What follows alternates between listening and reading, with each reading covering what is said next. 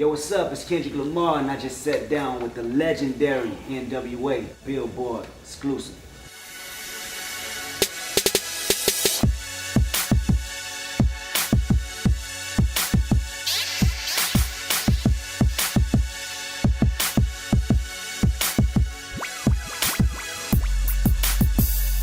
K-Dot. What's happening? What's up with it? Man, I'm tripping out right now, man. I'm bugging. Looking at y'all right here, bro, it's like,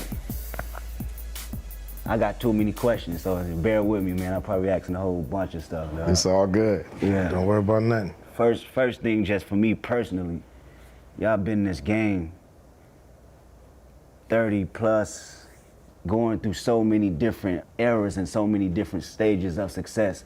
How do you manage to keep the sanity up there, period? I can just speak for myself. The way I keep my sanity is because of the love that I have for the music and the passion that I have for this hip hop thing. You know, I can't let anything get in the way of that because it's like, first of all, it's my first love, the music and this thing that we do. And I'm gonna protect that. I'm gonna protect how I'm able to keep creating. So that's one of the main ways that I maintain my sanity. Right, right. Early in the game, when I was, you know, still young, still not really sure how far it was gonna take me, I made a vow to myself that I wouldn't let the game change me. That I was just gonna be myself no matter from the clubhouse to corporate. I'ma just be myself and let the chips fall where they may, but at the end of the day, I'ma still be happy with who I am. You know, whether I blow up and then fall off or whatever, I just vowed that I was gonna be happy with who I am no matter what's my status in the game. Exactly. It's weird because it's almost like an unspoken thing that we all set for ourselves, and we all have maintained that thing. We're not gonna let anything change us. We're gonna approach this shit exactly the way we want, and we're gonna do our best at it. Since day one amongst each other. Yeah. That's how y'all felt. Me, the way I keep saying, man, I try to put God first. Try to stay away from the fakes. You know what I'm saying? Don't take everything so serious and just do it like that. Let everything fall like it's gonna fall. Me, I just stayed the same, you know. I mean, cause me and Dre go back so far, you know, 30 years. Yeah, we go back long before NWA. Yeah. So, yeah. And just, when I talk to him or Cuba, everybody's like the same way it was 25 years ago. Yeah, it's like we just saw each other yesterday, you know what I'm saying? It's just like everything falls right into place. No big heads, none of that ego stuff. That's a trip. That's a trip. How do y'all balance this lifestyle with the, you know, your family?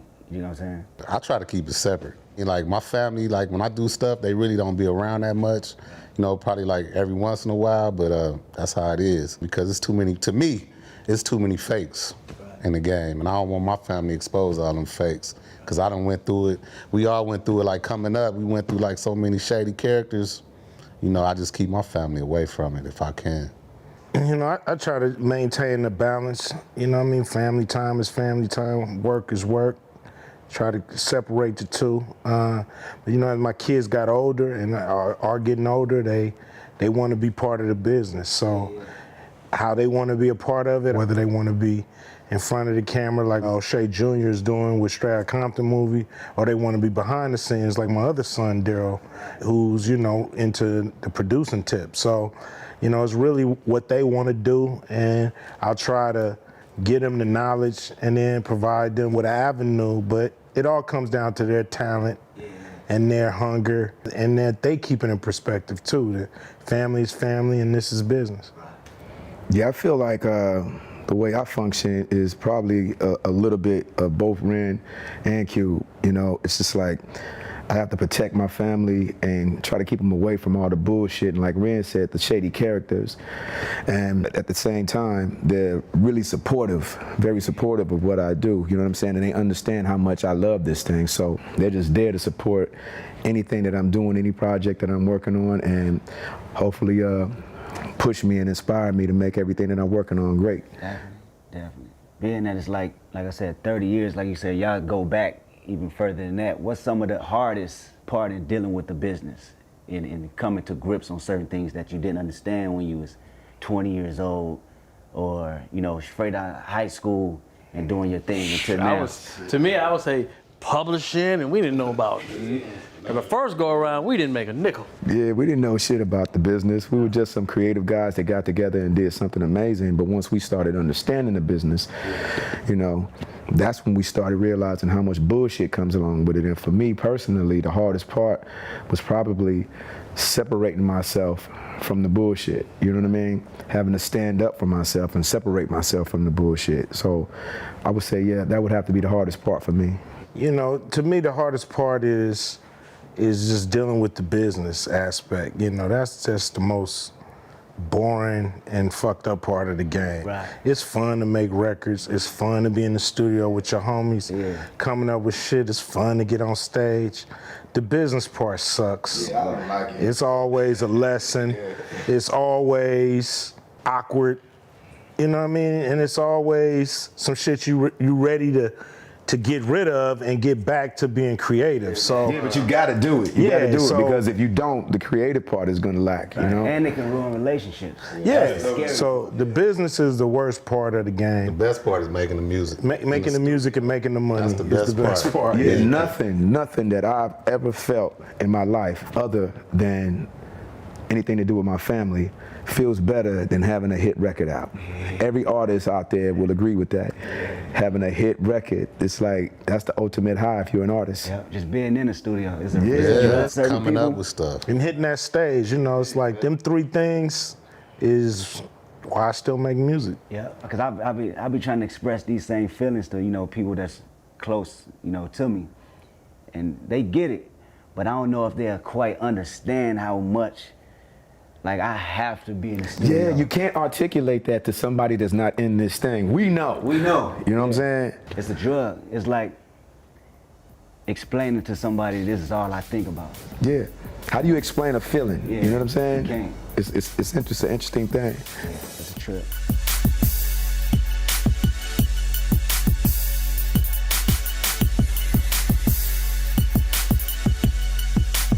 Me being a student, one of y'all offsprings for sure, I'm sure y'all know, you know, anything that I do, it always come from what y'all done, period.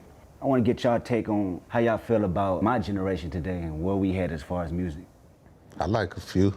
I like you. I like some of it. I mean, you? Yeah, I like you. You number one on my shit. You know what? Your shit is not, and it's not just because of our relationship and this shit. Your shit is like top of my playlist all the time, because you got that shit, the way you approach it, your attention to detail, and how precise you are with how you sound, and the way you make your music sound, and the tracks that you pick. It's like, that's an art in itself, you know what I mean? So there's actually a few people out there who I listen to and respect. Pusha T. Pusha T, definitely Pusha T. Yeah, that fool hard. Drake. You. You know And what I I ain't just saying it because you here. I like your song Cut You Off. That's like my favorite. And so I've been listening to you for a minute. Do y'all feel there's anything that we should continue to build on, or something that we should bring back to the game a little bit more? Oh, you know, that's always tricky, man. Artists got to do it how they feel it. How they feel? Yeah. You know, they shouldn't do it how they think they should do it. They shouldn't do it how they think the people want them to do it. They should do it how they feel it and go from there. And you'll always be happy and satisfied. You know, hip hop and the artists got so focused on results. Yeah. You know, what my record sell? What is this? That ain't got nothing to do with you creating the music. Yeah, it has nothing to do. You know, when we started this thing, it's not for the money. It's for the music. It's for the love of the music. And if you treat her right, she's gonna treat you right. The minute you come in this thing and you're in it to make money, yeah, your time is limited in this motherfucker, man. Think about when we started. It was no money. We went in there and made what we want to do. F the police, you know, whatever we wanted to do. What was the model? They like it, great. If they don't, fuck them. I respect MCs when they try to be totally different from everybody else. Like if you got everybody trying to be the same, that turned me off as an MC. Right. Like Be I like, yourself. yeah, I like people that's different, creative, and bring something new to the game. Just like when we came in, we brought something new to the game. You know what I mean? And that's how it popped off like that. That's ill. That's ill. How do y'all feel NWA changed the history of music? Oh, okay, let me get into that. NWA not only changed music, but we changed pop culture all over the world, because we made it all right for artists to be themselves. You know, you didn't have to be squeaky clean to be just as big or bigger than the squeaky clean artists. You know, it was artists out there who wasn't being themselves. You know, on record, there was all these nice guys behind the scenes. You know what I mean? They was thugged out. So we was like, yo, we're gonna be ourselves no matter what. On record, off record, we're gonna be ourselves and let the chips fall where they may. And I think it opened the floodgates for artists who wanted to walk on this side and to be a little raw, you know, and not be so squeaky clean. Worry about being on the radio. And Yeah, all that you know, shit, all you these what I mean? worries that artists used to hold on to them because there was no other avenues, there was no other examples of a person not doing it the square way and being successful. And here we come as the example, not only for musicians, but for all artists. You know, it wouldn't be, you know, shows like South Park and all these shows where, even the reality shows where they bleeping and all that, we started that on the radio, bleeping words out. But the rawness wasn't in the world until NWA said it was okay for you to be yourself. And there you have it. It's the world before NWA and it's the world after NWA. Boom. That's crazy. How you feel from the music? How did it change how people view urban, our culture, where we from, and you know, the city and our environment? Because these people didn't actually necessarily know what was going on in the community. Why do you feel they gravitated toward that and wanted to know and, you know, being intrigued by it? I think it was a world that unless you're from, you're not privy to. Unless you're from there, you don't know what's going on there. And here's our records was a safe distance where you could visit Compton from a safe distance. But you can get up close. Yeah, gave all those suburban kids that opportunity to get up experience close. this shit. So now you care. You care about what's going on now because you heard about what's going on. You interested. Now when you hear Compton, you don't be like, what is that? You be like, oh, it's going down there. Let me pay attention. So, you know, paying attention, then we able to shed light on some of the bullshit that's going down too. You know, it just, to me, that's what made people open up to what we was doing, what we was saying. We presented it in a way that they could digest it, they can comprehend it, and they could sympathize with what we was going through.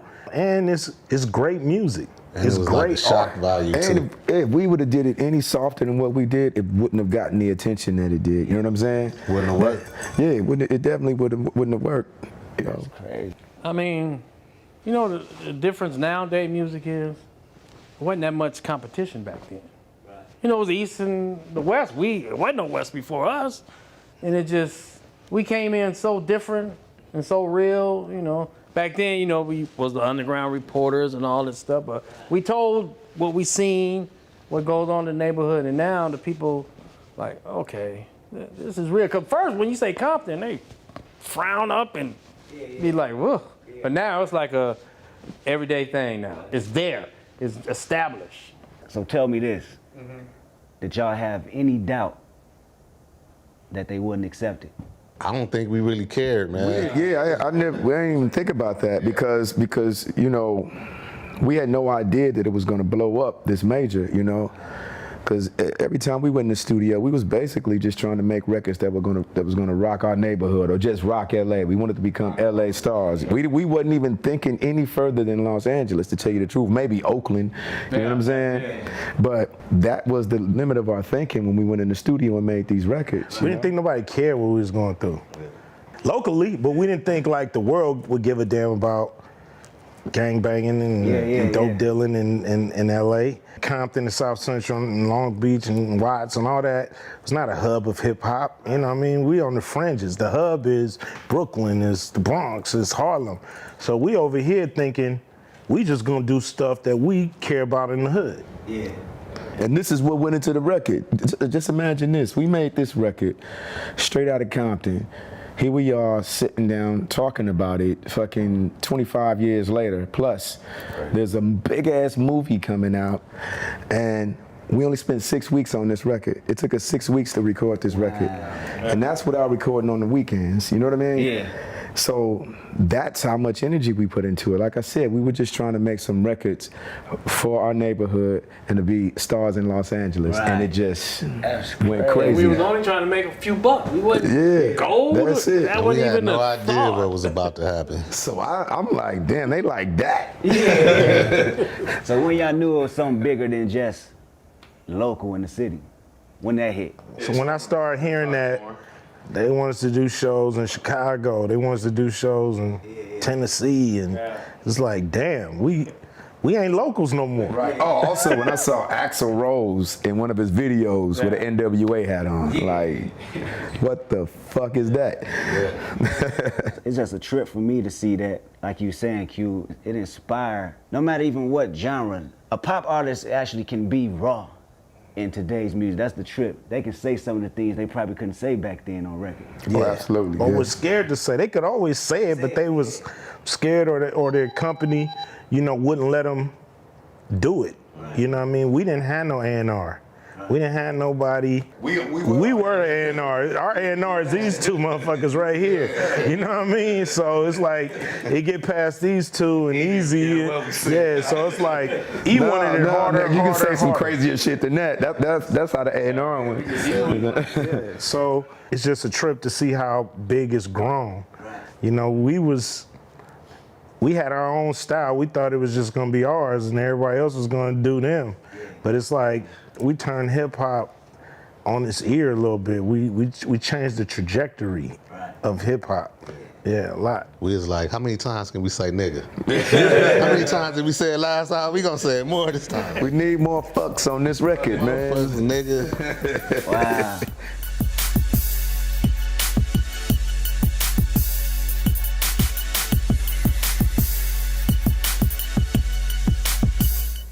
Easy. Yeah. What was that relationship like, man?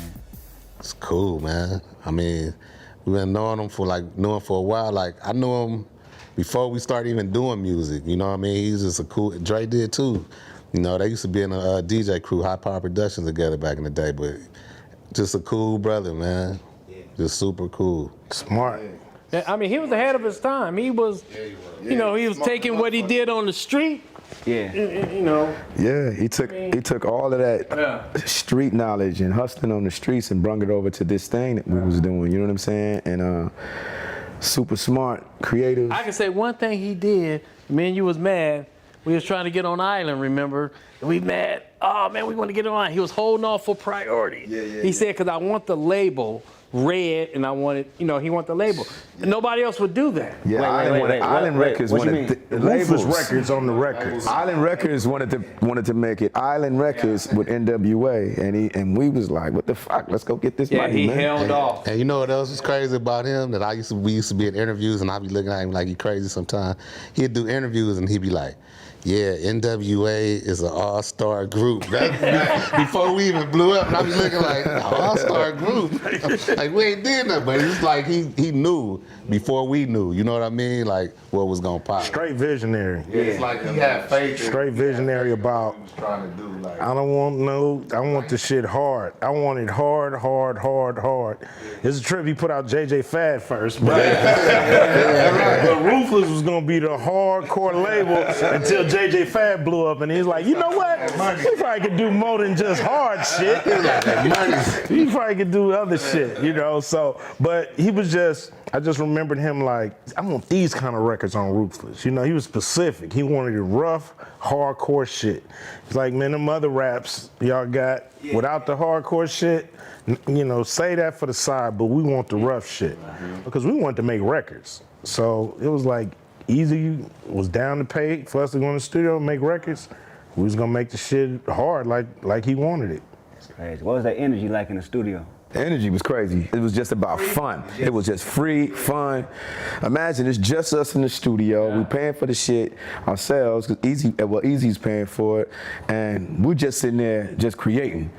Me and Easy, we used to bump heads creatively. Every character we knew coming by. That's what was fun, because everybody was dropping by while we was doing the records. Whether they stay 10 minutes or 20 minutes, 2 hours. We was doing the record in one room, but in the little lobby, it was just always cracking. Somebody was always up in there just hanging out.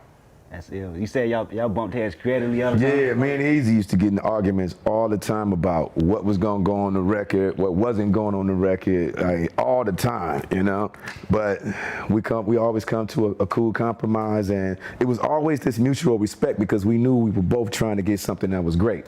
You know what I'm saying? So we arguing, but we know we're both trying to get something great. It's just about, okay, what the fuck is that gonna be? So we argue, stop, finish the record, go party. That's crazy. Boiling down, man, when it's all said and done, history, 100 years from now, what would y'all want NWA legacy to say? World's most dangerous group, a group that made it all right for artists to be themselves, totally. Yeah, I just think I would like for us to leave a legacy of inspiration, because, we came from nothing, Dirt, nothing. Yeah. And just that inspiration, and that you can just like do something that's really different. You can go against the grain. You can do something that's outside of the box and still win. And leave a mark that's so big, man. Yeah. You know what I mean? Like, leave that mark, that imprint that's and so big. You Yeah. never pour when you're doing something creative. Right. When you're putting something together creative, you ain't thinking about nothing but that. It's a focus, and it's a energy in doing something positive that helped us be where we are today. I always said we was constructive and not destructive, even though we was living in a destructive neighborhood. You know what I'm saying? We was like, yo, let's take this energy and let's do something fun, positive, and dope, and not just use our time to fuck up the neighborhood even more. So I just think that energy has inspired us and everybody who can hear our story, see our story, and understand our story. Yeah, I was telling Cube this earlier. The group had to break up, not fade away. It had to break up. Everybody went and did their thing. And 26 years later, a movie about us? Poor kids from the streets? I mean, it had to break up to get here. It just, like a snowball was built in 26 years, and bam, I think we're gonna be bigger now than back then. Yeah. It's crazy. Just looking at y'all, man, it seems like y'all still got the same chemistry, even though I wasn't even around looking then. Just hearing the stories, it felt like the same vibe today.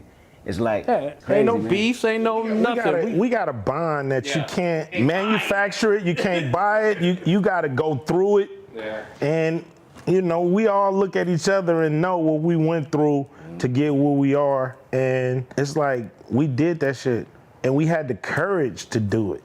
It was a lot of obstacles. We went from being just locals in LA to talking and grappling with C. Dolores Tucker and people like Tipper Gore and the PMRC and the FBI, and we tangling with some of the biggest power entities out there. It was like all kind of forces against us, and it didn't crack us, break us, turn us into punks. It made us stronger. Make us bite our tongue.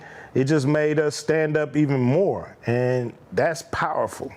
And I hope the movie, man, make other people that's young out there try to do what we did. You know what I mean? Like, say, I'm gonna go in the studio, we gonna go in here and make something new, fresh. We don't give a damn what nobody say, and maybe one day our shit'll be like theirs. Yeah, and it might not even just, this inspiration is not just dedicated to music, it's whatever the fuck you're doing. Any type of art or entertainment, or anything that you're pushing towards, and people are telling you you shouldn't do this because of this, just stay strong about what you're trying to do if you really believe in it, and if it's good, keep it cracking, keep pushing, because something can come out of it. I mean, look at us. Yeah. That's it right there. That's it. That's it. You got it? Cool.